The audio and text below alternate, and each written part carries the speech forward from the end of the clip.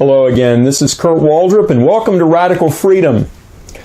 On the weekend of March 24th, a group of teens organized and financed by various liberal organizations had a rally in Washington, D.C. where they demanded that law-abiding citizens give up some of their constitutional rights to make them feel safer. Now, the rally was called March for Our Lives, and it was supposedly a march by youth to demand that common sense gun laws be applied. Of course, their definition of whatever they think common sense is. To make it interesting, less than 10% of the group that actually showed up were under the age of 18. The number counted was about 180,000, give or take, although they were trying to get 1 million out. That's always the magic number. And a large number of those that did show up were paid by various left-wing groups to be there, so not exactly a spontaneous march. Now, that entire idea that kids were telling us what parts of the Constitution might need to be changed to make them feel good, that in itself is absurd. But then, just to put the icing on the cake, a retired Supreme Court justice decided to open his mouth and call for the repeal of the Second Amendment. And in case you're not familiar with my videos, I try to say this a lot. That's the only part of the Bill of Rights that includes the words shall not be infringed. So let me state this very plainly. I don't want constitutional decisions made on the basis of what someone wants who is ignorant on the subject. If you ask someone what an AR-15 what AR-15 even stands for, they think AR stands for assault rifle instead of Armalite rifle. They think it's extra high-powered instead of being slightly underpowered. They think it's a machine gun. Yes, that's how stupid they actually are. These are people that we don't trust with alcoholic beverages because they're children.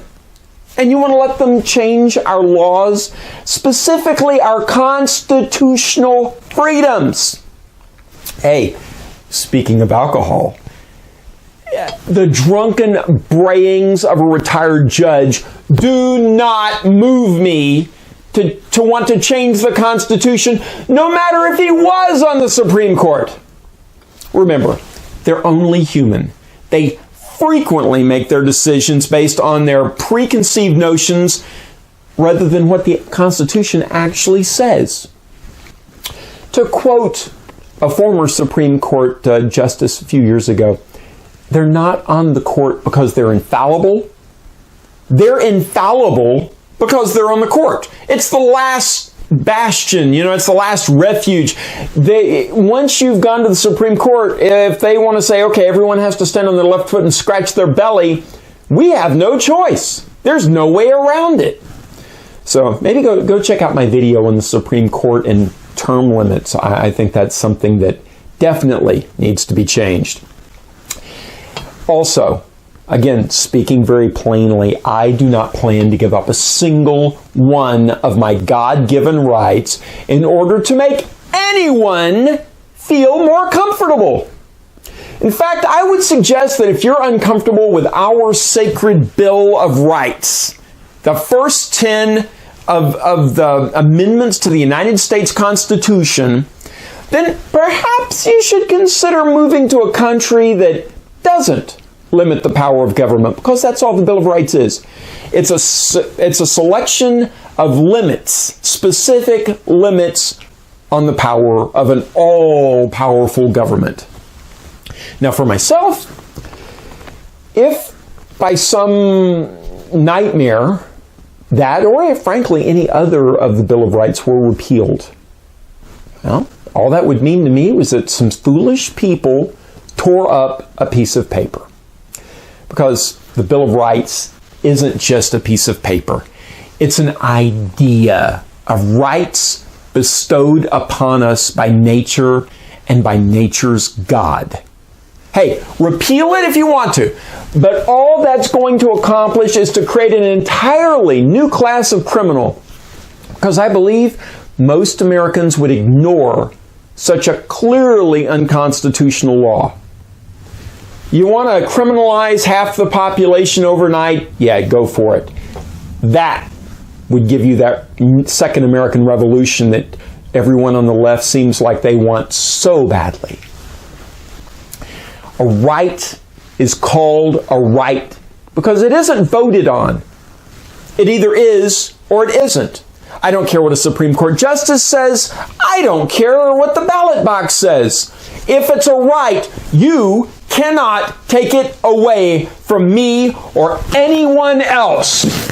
And yes, I'm speaking specifically to Mr. David Hogg of Florida right now.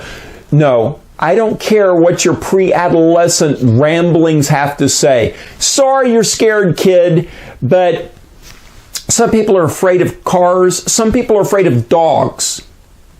More people are killed every day from teenagers texting and driving than they are from assault weapons.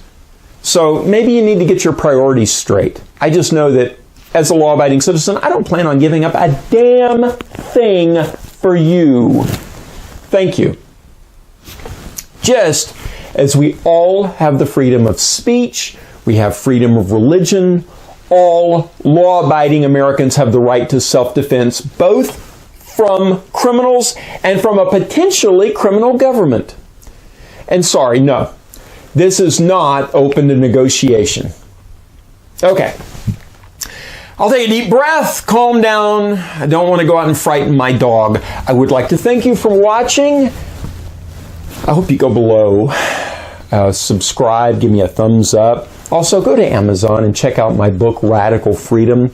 If it still says that they're out of print, yeah, it means that they still haven't fixed their software issue yet. They're still very much in print. Just go and get you one. I think you'll enjoy it. So, till the next time, this is Kurt Waldrop. Stay free. Bye.